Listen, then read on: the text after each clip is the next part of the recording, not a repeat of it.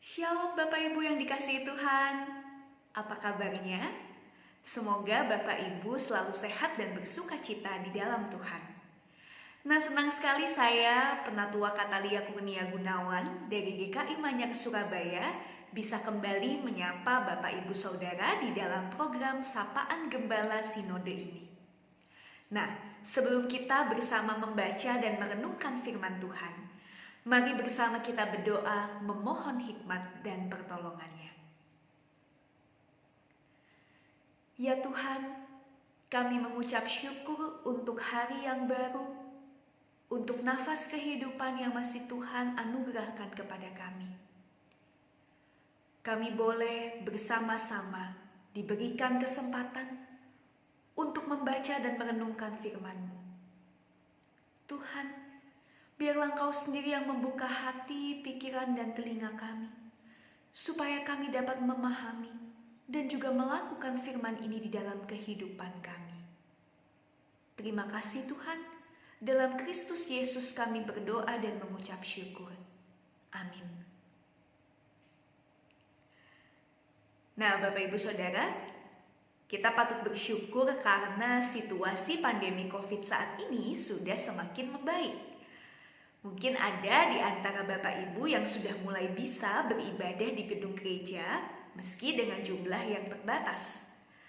Lalu kita juga sudah bisa makan di restoran, pergi ke mall, tapi tentu dengan protokol yang ketat ya Bapak Ibu.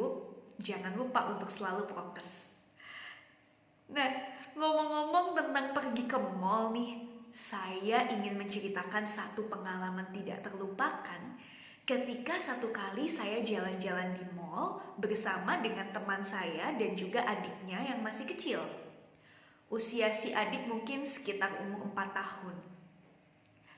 Nah, ketika kami melewati satu toko mainan, si adik ini tiba-tiba berhenti dan meminta teman saya untuk membelikan boneka Barbie yang memang sangat disukainya. Tapi teman saya menolak permintaan adiknya sambil mengatakan, "Dek, kan sebulan lalu Papa baru saja belikan kamu boneka. Kamu main dulu saja sama boneka itu." Nah, saudara tahu apa reaksi si adik?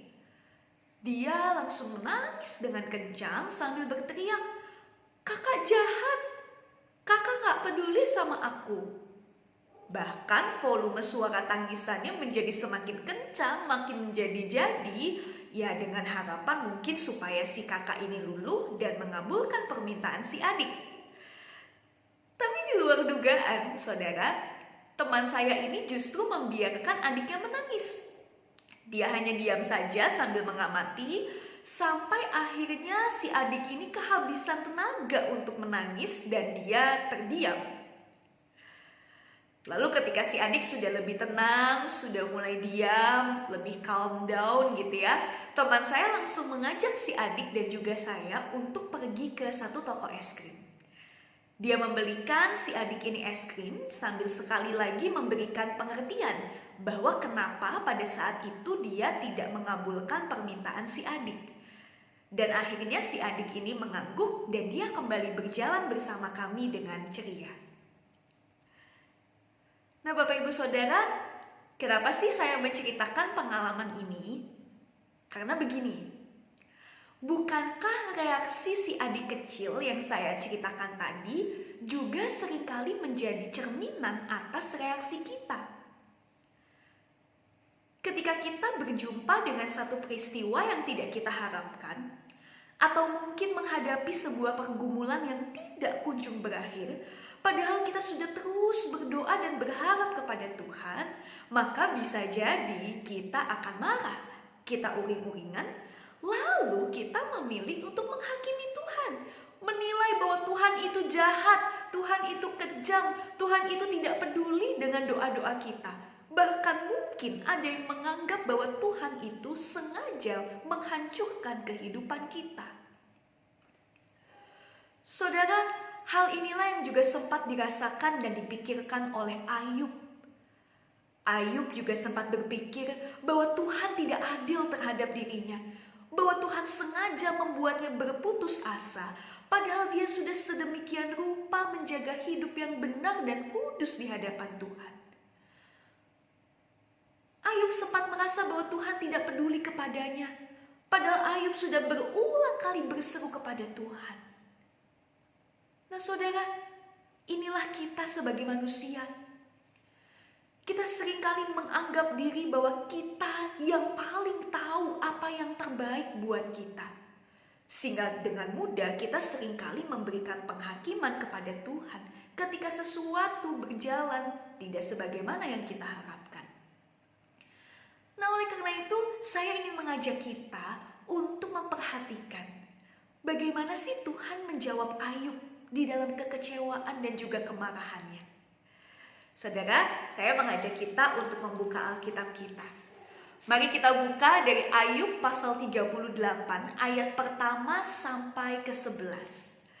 Nah Bapak Ibu Saudara bisa membaca ayat ini secara lengkap di tempat masing-masing.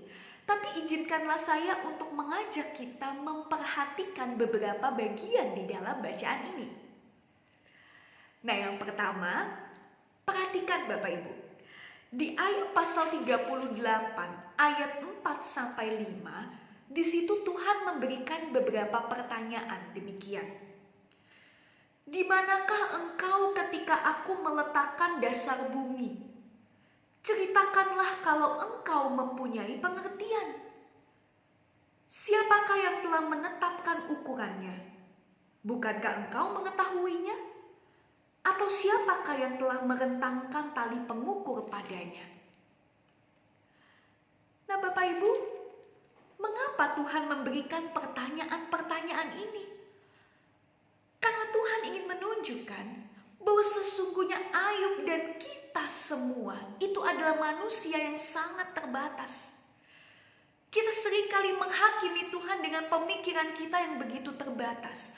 Padahal nyatanya karya Tuhan itu senantiasa melampaui pemikiran kita. Maka saudara, kita tidak pernah bisa membatasi cara kerja Allah. Atau juga memberikan deadline bahwa Allah harus menolong kita pada jam dan hari sekian. Gak bisa. Karena Tuhan selalu punya waktunya sendiri. Tuhan punya caranya sendiri untuk menolong kita. Satu hal yang perlu kita percaya adalah pertolongan yang diberikannya tidak pernah terlambat. Dia selalu tahu apa yang terbaik buat kita. Nah yang kedua, dari bacaan ini kita juga mau diajak untuk sekali lagi tidak ragu mempercayakan diri kita kepada Tuhan. Karena dia selalu hadir di setiap musim kehidupan, bahkan juga di tengah badai sekalipun. Coba kita lihat. Di Ayub pasal 38 ayatnya yang pertama di sana dikatakan, maka dari dalam badai Tuhan menjawab Ayub. Nah apa artinya? Kita diajak untuk melihat badai bukan hanya sebagai sesuatu yang menakutkan, tapi badai juga bisa digunakan oleh Tuhan untuk menyatakan pemeliharaan dan pertolongannya. Karena di tengah badai sekalipun Tuhan itu hadir dan berkuasa untuk menolong kita. Sehingga yang perlu kita lakukan adalah rendahkanlah diri kita, rendahkanlah hati kita di hadapannya. Sadarilah segala keterbatasan kita dan percayalah bahwa Tuhan terus berkarya di dalam kehidupan kita untuk mendatangkan kebaikan. Saudara, setiap kita pasti memiliki pergumulan di dalam hidup. Badai itu pasti ada.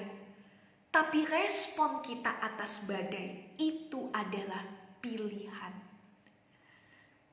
Apakah saudara memilih untuk mengandalkan pemikiran, perasaan, dan kekuatan kita sendiri?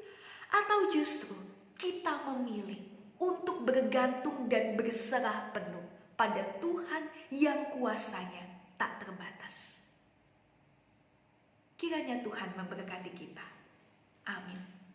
Mari bersama kita berdoa.